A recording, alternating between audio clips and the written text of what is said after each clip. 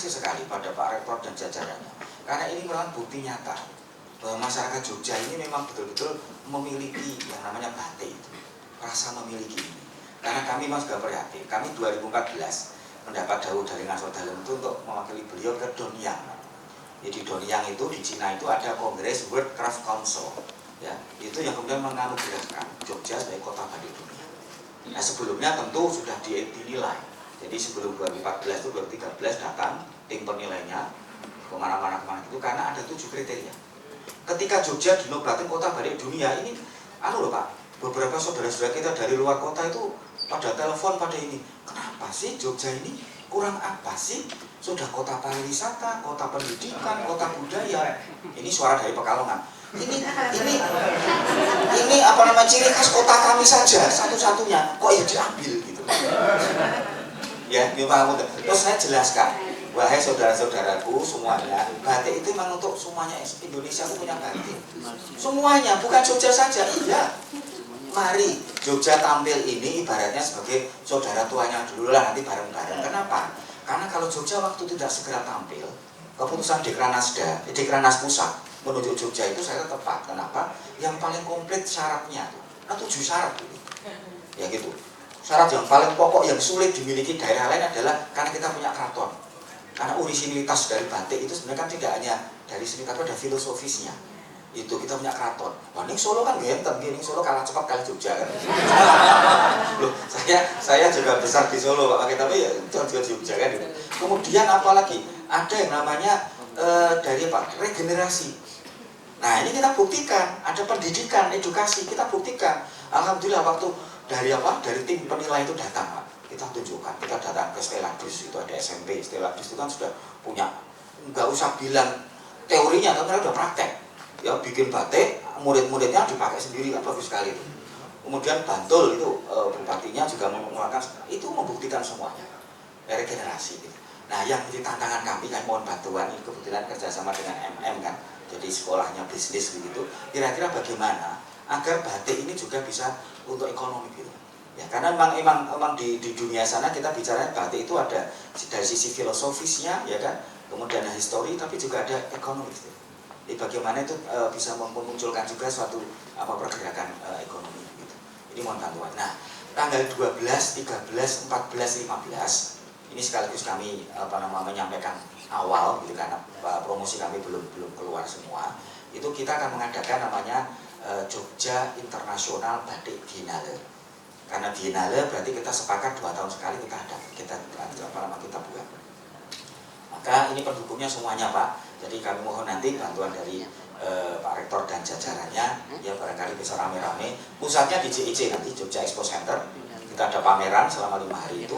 Kemudian ada sekitar 50-an mungkin tamu dari asing datang. Ada workshop di Imogiri gitu. Jadi mereka mau berkolaborasi antara mahasiswa asing dan orang Indonesia datang ke sana memikirkan bagaimana sebenarnya kalau kita mau, termasuk arsitekturnya kuat Pak, karena tuh yang workshop tuh memandigani Bu Sita Laretna di samping itu. Jadi memang ada dari aspek itu ya Bu Laretna itu. Kebetulan Gajah Mada punya kegiatan itu, jadi digabungkan itu. Yun pangapunten karena saya mungkin salah tidak silaturahim ke sini. Kalau ini digadoknya lagi, waduh bagus sekali Pak. Dengan digadok itu mantap sekali. Makanya saya masih mikir-mikir nanti kalau masih ada slot itu barangkali yang judul tema tentang batik anti terorisme ini saya kira bisa masuk nanti di pameran itu ya. Mudah-mudahan Pak, kami akan sampaikan ke panitia ya. Meskipun saya ketua panitianya, tetapi kan nggak bisa mendikte gitu gitu karena kita seperti itu gitu.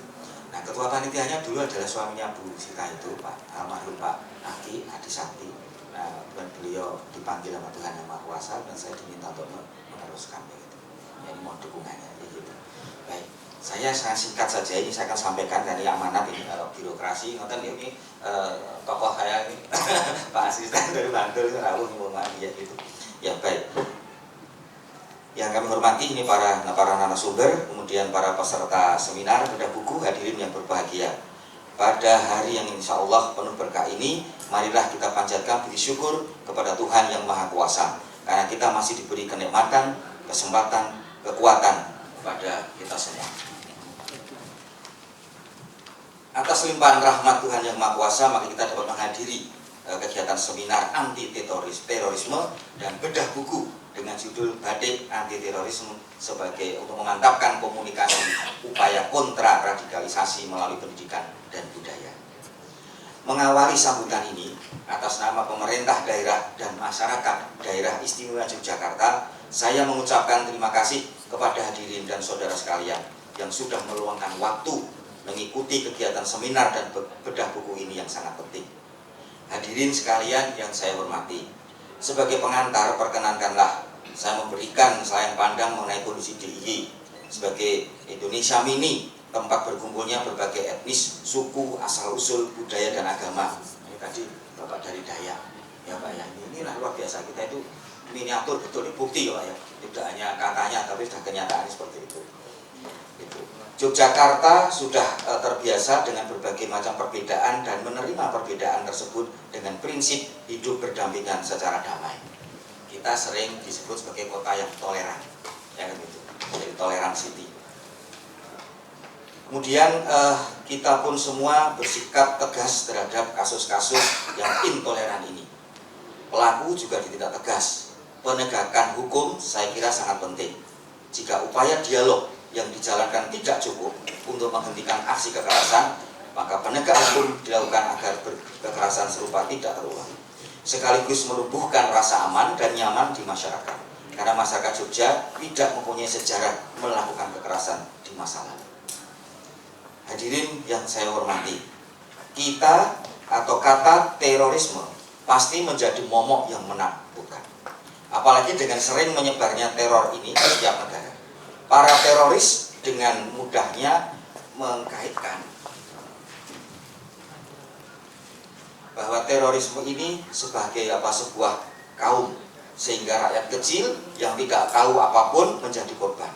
Semua yang tidak sesuai dengan ideologi mereka dianggap salah dan yang bertentangan harus dimusnahkan. Ada target yang harus dimusnahkan. Meskipun itu artinya mengorbankan orang-orang yang berada di lingkup para target tersebut. Sungguh miris melihat kekejaman yang dipertontonkan oleh para teroris yang katanya menjunjung kebenaran namun menghalalkan dengan segala cara. Tindakan ini adalah kesalahan yang harus diluruskan sehingga tidak ada lagi orang-orang tersesat di jalan terorisme. Harus ada pembelajaran mengenai hal ini yang dimulai dari lingkungan pendidikan sampai kepada lingkungan masyarakat umum. Di setiap kesempatan harus disosialisasikan, baik di sekolah, kampus, ataupun masyarakat, untuk membentengi dari paham radikal. Peran serta masyarakat untuk memberikan pemahaman kepada keluarga, kerabat, dan lingkungan juga sangat diperlukan. Semua masyarakat diharapkan ikut berperan aktif untuk mencegah terorisme sebelum menyebar dengan ilmu pengetahuan. Mengajarkan pemahaman agama sejak dini kepada anak. Kemudian ikut mengontrol lingkungan masyarakat dan melaporkan jika ada hal yang mencurigakan kepada pihak-pihak yang terkait.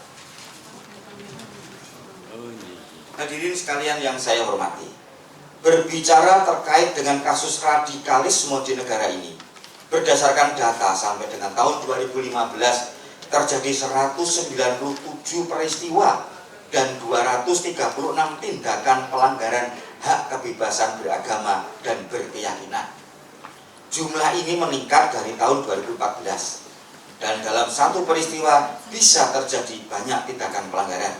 Misalnya kekerasan terhadap kelompok minoritas agama yang dilakukan dengan cara pengusiran, membakar properti hingga kekerasan fisik. Padahal semua agama di dunia ini tidak mengajarkan kekerasan. Tampaknya terorisme bukan semata-mata masalah agama. Banyak faktor pendukung yang menyebabkan terjadi terorisme. Terorisme juga bukan sesuatu yang muncul dari ruang hampa. Bila dicermati secara mendalam, akar penyebab munculnya aksi terorisme sangat rumit dan kompleks. Berbagai multikultural yang menyangkut masalah transaksional dan kehidupan politik dunia bisa saja menjadi dan pemicu menjadi adanya terorisme itu. Secara umum, multifaktorial yang terjadi adalah faktor ketidakadilan itu terjadi di berbagai belahan dunia, baik secara sosial, politik, ekonomi maupun budaya.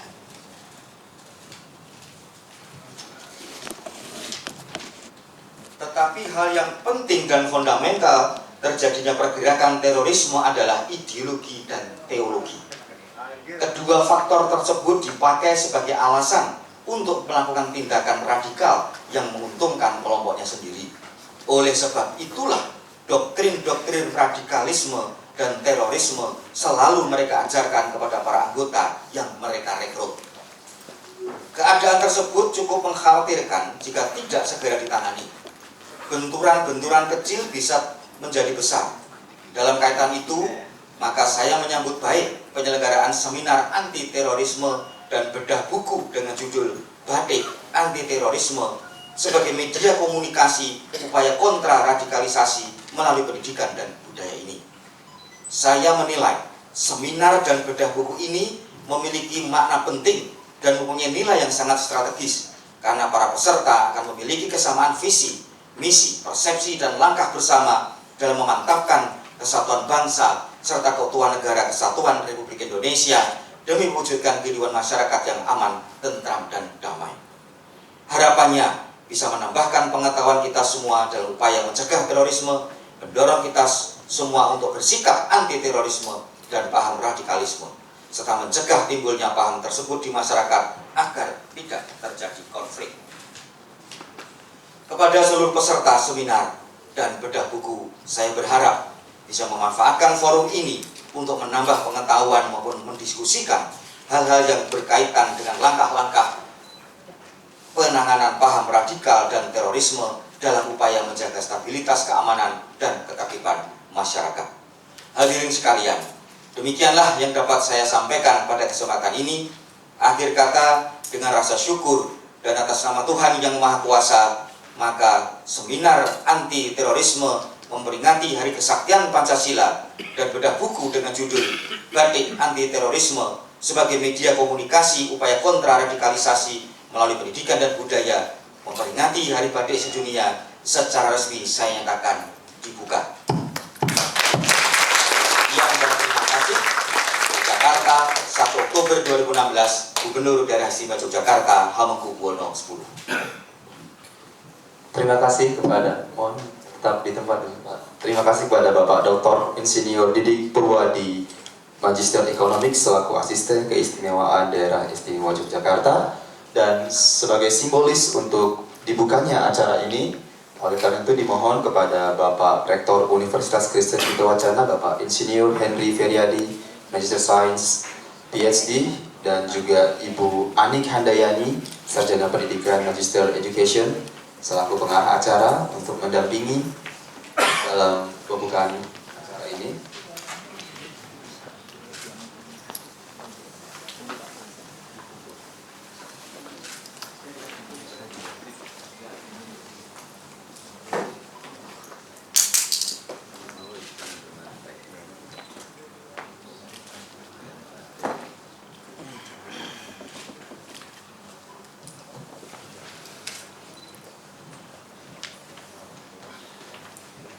Baik, kita berikan tepuk tangan yang paling meriah atas dibukanya acara ini. Terima kasih kepada Bapak Dr. Insinyur Didik Purwadi, Magister Economics. Itu adalah tadi perlambang dari dibukanya acara seminar anti terorisme dan bedah buku batik anti terorisme. Terima kasih kepada Bapak Rektor Universitas Kristen Buddha Wacana, Bapak Dr. Insinyur Henry Feryadi, Magister Sains PhD, dan pengarah acara Ibu Anik Handayani, Sarjana Pendidikan Magister Education. Kami ucapkan selamat datang juga kepada Ibu Insinyur KRAY Angling Kusumo, Sarjana Pendidikan Magister Engineering, dan juga Bapak Songsong Buwono,